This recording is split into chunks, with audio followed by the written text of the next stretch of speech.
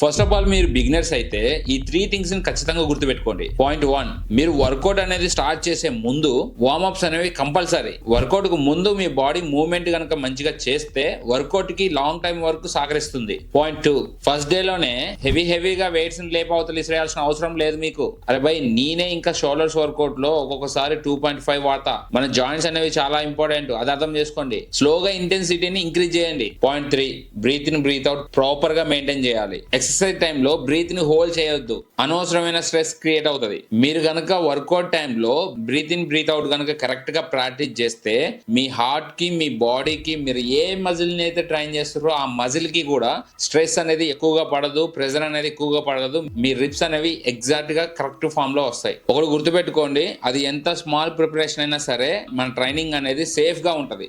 ఏం చేస్తున్నారు, ఎందుకు చేస్తున్నారు, దేనికి చేస్తున్నారు, ఇవన్నీ కూడా ప్లాన్ చేసుకోవాలి. అదే బేస్.